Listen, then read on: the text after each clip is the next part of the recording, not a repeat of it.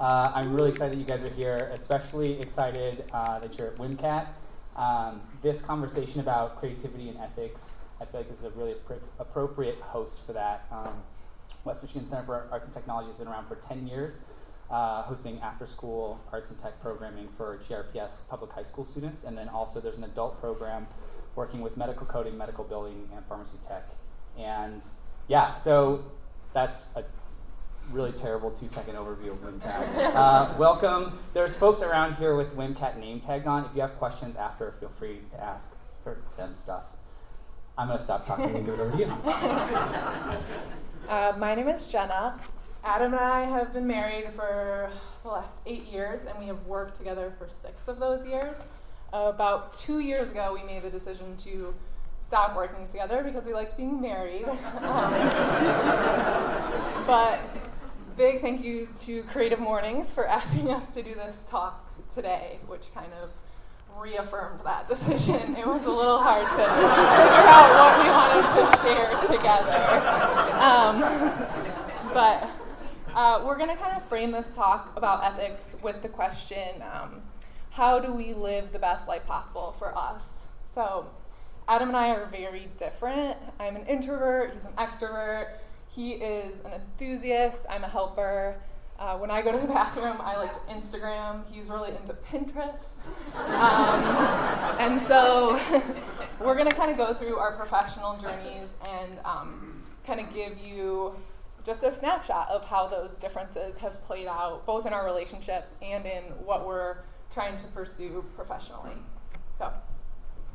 That said, we've got 3 chapters of story. The first one, pain and passion. Oh, that's so heavy. Okay, so there's this general concept that any sort of, that the things that we can be really passionate about are connected to things that cause us harm.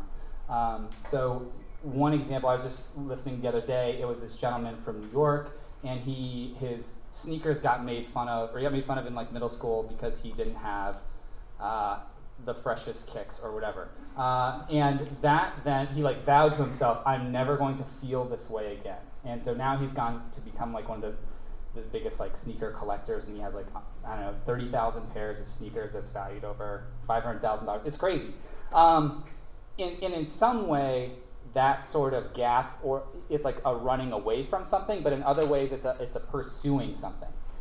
So even with this practice of like breathing, it's this constant ebb and flow of like needing something and the fulfillment of that thing.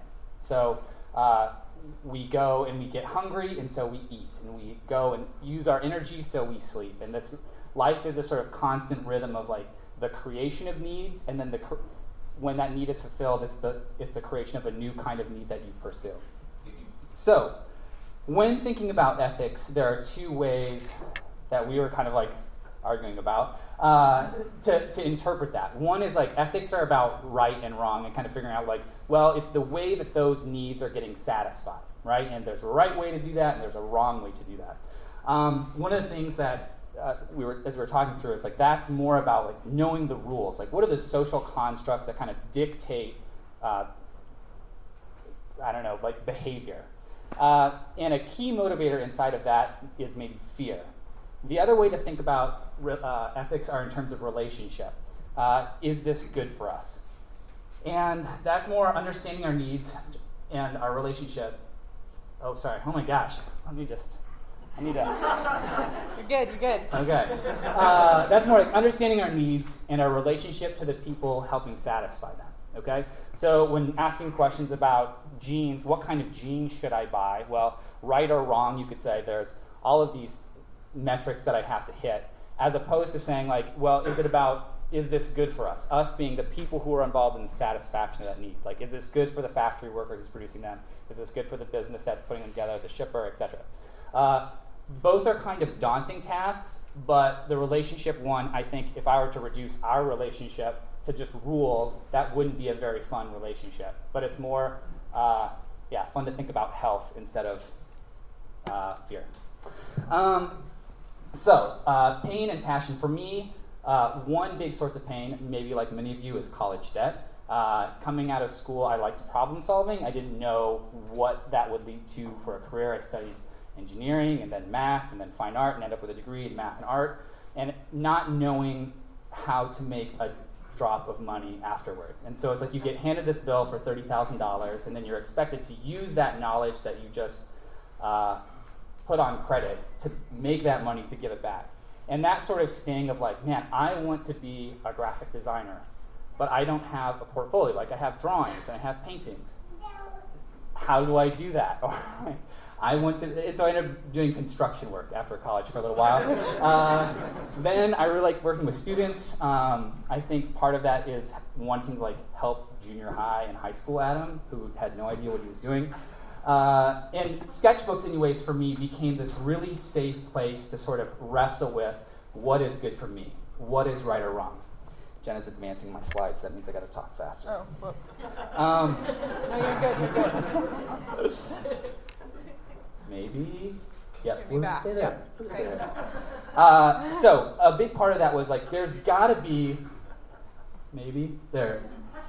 What is happening? It's auto doing it. I think I maybe screwed you up. There. Well, perfect. Okay. So wanting to make, thinking that like, there's gotta be a better way to help high school students better understand the fiscal commitment that they're making to themselves, and how do we go about doing that? So we started asking friends, and anybody we knew that was creative, who was actually making money and doing that, if they could share how they made that. Selfishly for me, I was like, I also want to know those things. And so it was this really beautiful thing. We started with 6 students. It quickly grew to 30, and then ebbed and flowed. It was Jenna and I at the time, and it was like, this is insane. It's like we're parents of 30 teenagers. We need to get more help. So we quickly recruited friends and had some wonderful people that actually volunteered throughout the lifespan of Ambrose over 8 years, which was really special. Over time, this notion of like, how do we fund this? A lot of our students didn't have money to pay for after-school activities, and so the question of like, can we make stuff to sell it? Jenna was interested in social entrepreneurship. I caught that bug, and we started making t-shirts. I was interested in screen printing, and a shop in Holland was kind enough to like let us print out of the back of their shop. So this was the first t-shirt that we made with our first group of students. It was a response to stress in the shirt. You can't read it. It says, pressure makes diamonds. And so this was like, again, the notebook corresponding to that. December 31st, we have our first sale, and this is like, oh, maybe this is like a thing. Maybe we could do this.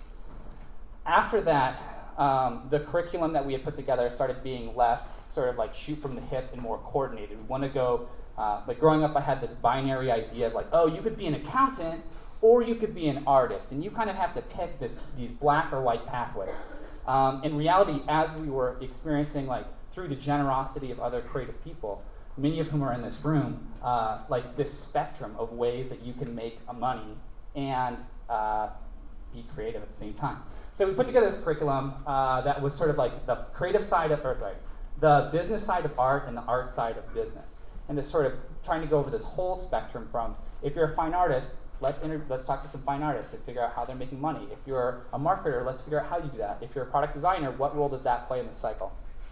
Corresponding to that, we invited those participants to design t-shirts. And so this was some of the first t-shirts that we had made. We produced this thing called the Maker's Dozen, and we had a subscription model. So folks would say for $20-some a month, you would get both a t-shirt, and then there was like this little booklet that kind of corresponded with the first week's engagement with the artists and the documentation of that, and then the story of the students trying to experience that. What was most special about this for me as an enthusiast is like I get really excited and I don't want to miss out on things. So there's this fear of missing out. But we got to do a lot of stuff, and all of the students were really involved in like the making and the production of those kinds of things. We were just upstairs at the Holland Area Arts Council for 4 years, and eventually we're like, we need to have a space where we can kind of like make these things happen all the time instead of just part-time. So we jumped into a full-time experiment, and it was amazing and exhausting and taxing, and it cost a lot emotionally and it cost a lot financially. But it was so fun to see like there were these sort of creative scratches, right? And or itches. And because we were paying for it all, there was the ability to actually go and do whatever we wanted to. And so little things like there was a youth cardboard regatta, so a couple of, I guess like 100 students from the Holland area and some from Grand Rapids came over, like Tierra Yachts and Shoreline Container. They donated cardboard, and these students had to like make cardboard boats and then float them on Lake Mac, which if you've ever been to Holland, is not something that you want your boat to fail inside of. Every summer we would do an art camp, which is like 3 days of camping and art making in the wilderness, pop-up parks downtown. We started a little button company. We worked with folks to do community design workshops. All of that to say is like, we were really busy. And as enthusiasts and someone who maybe is a little insecure and wants to like validate your existence to somebody else, there was also this like a little bit of a satisfaction, but it was also really exhausting. But there was the benefit that I was like making the things that wasn't the case for Jenna. And yeah, so my perspective on all this was a little bit different. I could totally see that like Adam was really living his dream. It was totally his passion, what he was doing with Ambrose. And I'm a helper, so like I got a lot of fulfillment in like trying to problem solve and trying to figure out how to make this work. But ultimately, I was feeling just really exhausted. I was in the non-creative role. I do the accounting and the customer service and the management, which all are things that I felt like I excelled at, but like were really not life-giving for me. And so I also have more stress than Adam and more anxiety. And so for me, it's like, how are we gonna pay the rent? How are we gonna make this all work? And I think that just wore on me more. When I really thought about it, this business that we were doing is Adam's passion, not mine. And I was kind of helping make that happen. But ultimately, like, it wasn't really what I wanted to pursue with life. And I felt a lot of guilt around that because, like, how cool is this, right? Like, we're working with kids, we're working with art and creativity, and it's like, who wouldn't want to be involved with Ambrose? And it felt like, ooh, I don't. That's kind of, that kind of stinks. So there was also a lot of fear I had around leaving. I was partnered with someone who was so creative and a really great designer, and I had a lot of insecurity, like, I'm not a designer, I'm not very outgoing, like, could I do something on my own? Could I leave this partnership that has, like, worked well in some ways, but not well in others? And so about 5 years into the business, I started going to a counselor, which I would highly recommend, because I started talking about what do I really want to do with life.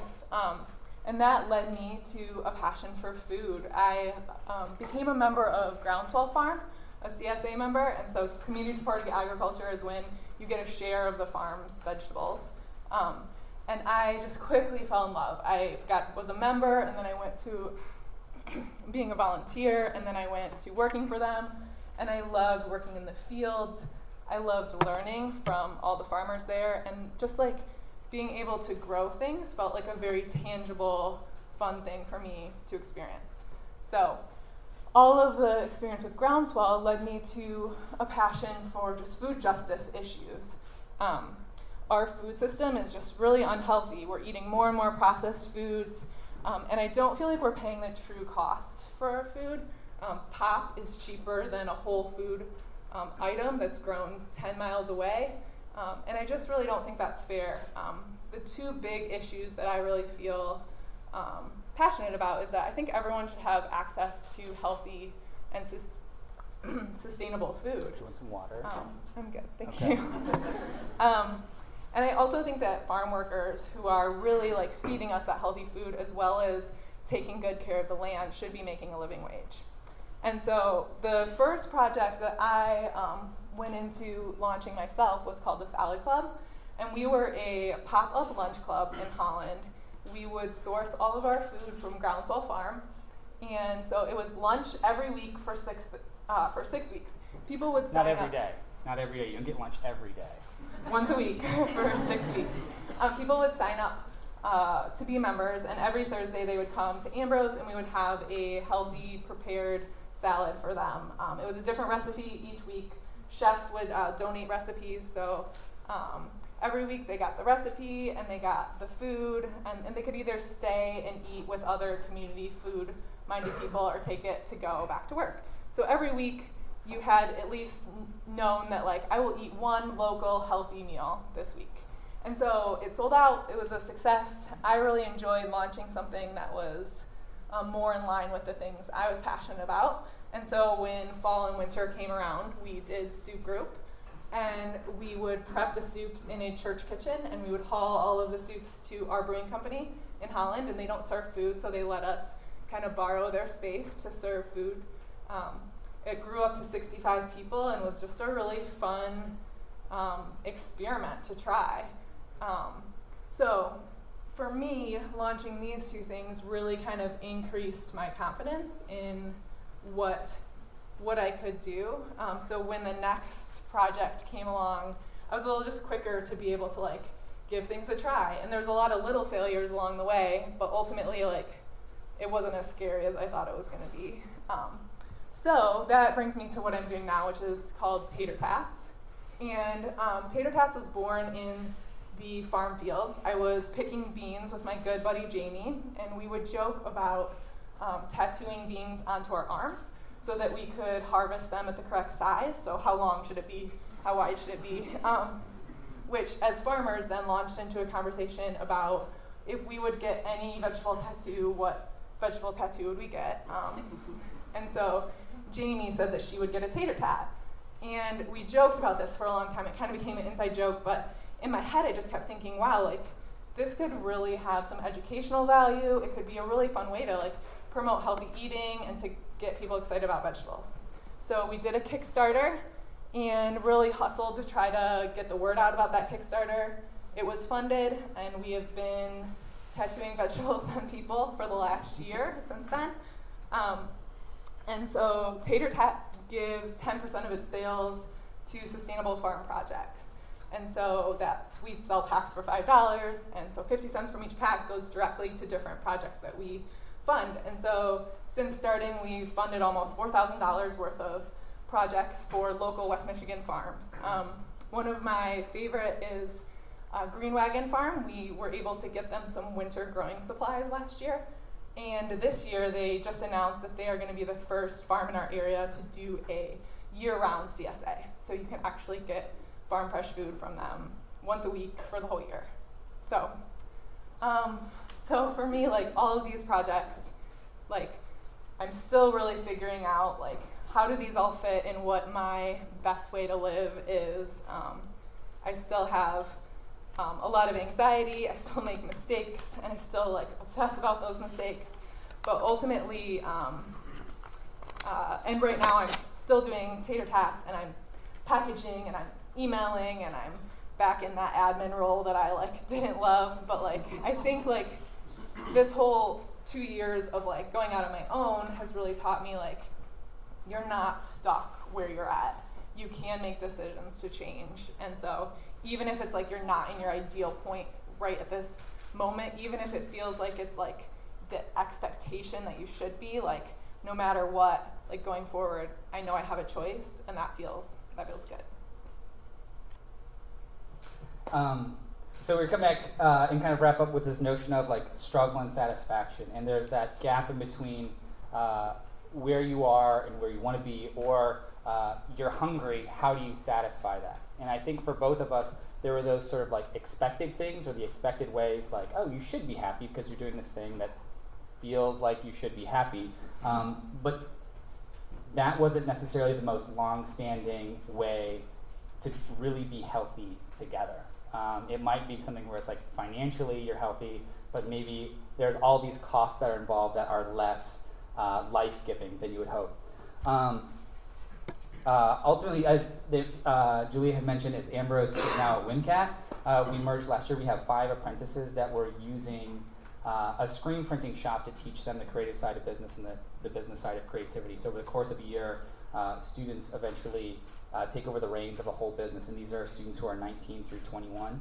And some of it I still think is, like, trying to scratch that itch of, like, how could have I not experienced that pain, right? And so sometimes that's doing things for other people, and other times that's doing things for yourself.